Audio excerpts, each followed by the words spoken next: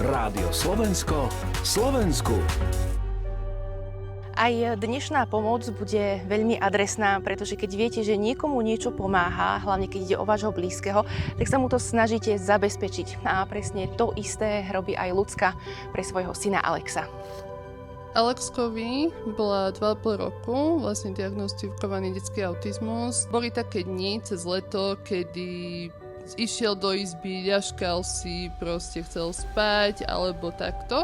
No a my sme to začali riešiť. Dostali sme sa na neurológiu a vlastne tam prišiel taký ten prvý náznak toho, že môže to byť detský autizmus. Alexko kedysi nevedel rozprávať tak, ako rozpráva teraz, že tu tak naozaj že vykrikoval, skákal. On bol vlastne plne neverbálne dieťa.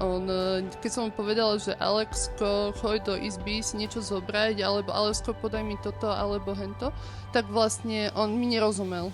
Pokiaľ som mu neukázala, že napríklad tu na zemi niečo je, že mi to podaj, tak mi to podal. Ale keby som povedal, že Alexko, zodvihni tú loptu a podaj mi, čo je na zemi, tak on mi nerozumel. Ďalšia taká diagnóza, ktorá potom prišla, bolo aj ADHD. My sme boli vlastne teraz na rediagnostike a tam prišla. Ja som si to myslela už skôr, tým, že je strašne živý, ale tam nám to vlastne špeciálna klinická psychologička aj pedopsychiatrička potvrdili, že áno, je tam aj to ADHD. Všetky tieto terapie sú však veľmi finančne náročné. Ako často ich potrebuje?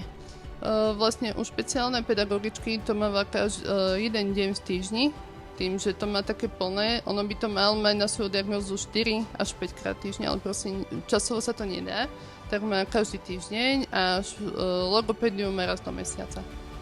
Alexko je veľmi živé dieťa s neskutočnou energiou a veľkou túžbou na sebe pracovať. Nesmie však poľaviť a preto verím, že mu spoločne pomôžeme zabezpečiť všetky terapie, ktoré potrebuje. Rádio Slovensko, Slovensku. Každým dobrým skutkom vyladené.